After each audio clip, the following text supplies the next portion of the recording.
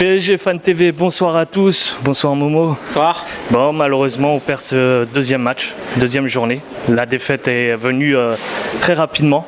Que penses-tu de la performance de nos joueurs et au final, est-ce que c'était un manque d'envie ou c'était complètement un manque total de technique et de solutions devant? Non, écoute, on marque le premier but. Cavani nous met un joli petit but et donc au début on s'est dit tout va bien. Mais bon, peut-être que les joueurs, un peu comme nous, les supporters en général de la Ligue 1, on pense que c'est un championnat facile et forcément on tombe un petit peu de haut parce que non, Rennes ça reste une grande affiche.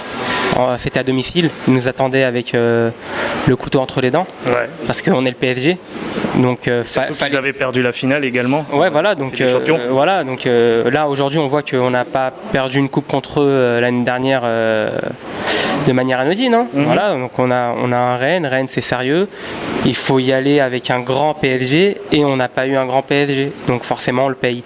On a eu une petite défense aujourd'hui. Tu penses à qui quand tu dis ça? Alors quand je dis ça, on a eu une petite défense. Déjà Meunier, hein. Meunier, il s'est un petit peu loupé, on va dire, hein, quand même. Mais au final, est-ce que tu préfères Kehrer à la place de Meunier? Oui, moi je préfère Kehrer à Meunier, hein, donc je suis un défenseur de Kehrer entre guillemets. Donc tu affirmes et tu confirmes le choix de Tourelle de vouloir imposer un peu Kehrer sur le côté droit? Oui, parce que moi c'est pas comme certains disent faute d'avoir mieux. Moi je pense que Kehrer c'est bon.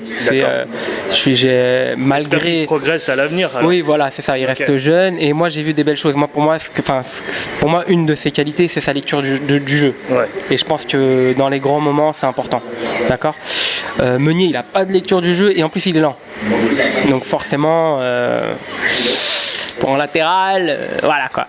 Non, mais quand je dis on a une petite défense, je parle pas forcément que des mauvaises performances, on va dire, des joueurs. Ouais. Je pense que même par exemple un joueur qui est pour moi en général tout le long de l'année parfait et qui est bon, c'est Thiago Silva. Ouais. Et aujourd'hui, Thiago Silva, j'ai trouvé qu'il était un petit peu, il n'était pas en forme. C'est pas un grand Thiago Silva qu'on a eu aujourd'hui. Et forcément, quand t'as pas un grand Thiago Silva, et c'est là que tu te rends, en fait, en même temps, la non-performance de Thiago Silva met en évidence à quel point il est important quand il est là. Et on devrait s'estimer heureux d'avoir souvent un Thiago Silva très bon assez longtemps. Mais aujourd'hui, tu le vois aujourd'hui, on a vu un Thiago Silva qui était pas voilà quoi.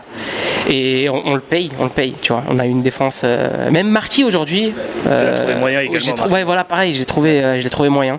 Et forcément, quand ces deux-là, ils sont pas dans leur meilleur jour, on a un PSG qui fait peur, hein. Qui fait peur, notamment si on pense aux compétitions européennes. Et on dit souvent que les absents ont toujours tort. Cette fois-ci, les absents ont peut-être raison parce qu'on a manqué de création, de solutions devant. À l'image peut-être Sarabia, peut-être à la place de Draxler. Ou, vu que tu as souri, je pense tout de suite à Neymar. Mais est-ce que réellement et concrètement, est-ce que notre mercato est fini? Faut vraiment qu'on sache ce qui va se passer avec Neymar. Parce qu'on a besoin de créateurs. Ce rôle-là a toujours été donné entre guillemets à Neymar et on sait très bien pourquoi. Parce que moi les gens ils savent ce que je pense de lui. C'est notre créateur et et donc si faut vraiment qu'on sache, même s'il part à la fin du mercato, faites-le jouer au moins. Parce qu'il paraît qu'il est en forme. Il paraît qu'il est plus blessé. Il paraît que c'est bon, tout va bien pour lui, entre guillemets, sportivement. Donc, ce serait plutôt pour le préserver, justement, par rapport à la semaine, au week-end dernier, justement, aux supporters. Tu partages pas cet avis, pas? Non, pour moi, Neymar, faut l'exploiter à mort. Faut que. On va dire que Neymar, faut l'exploiter à la mort, frère. Si en plus il doit partir. Voilà, c'est ça, autant faire notre pute. Excuse-moi du terme, hein, mais voilà. Ok. Bon, dernière question, match à domicile face à Toulouse. Est-ce que tu espères, et d'ailleurs nous espérons tous, par une meilleure performance et surtout des meilleures solutions en attaque? Oui, je pense que j'ai des choses à reprocher au coach. Ouais. C'est rare, hein. Comme par exemple le fait d'avoir retiré Di Maria du jeu. Parce que en fait déjà que sans Neymar, on a très peu de créateurs.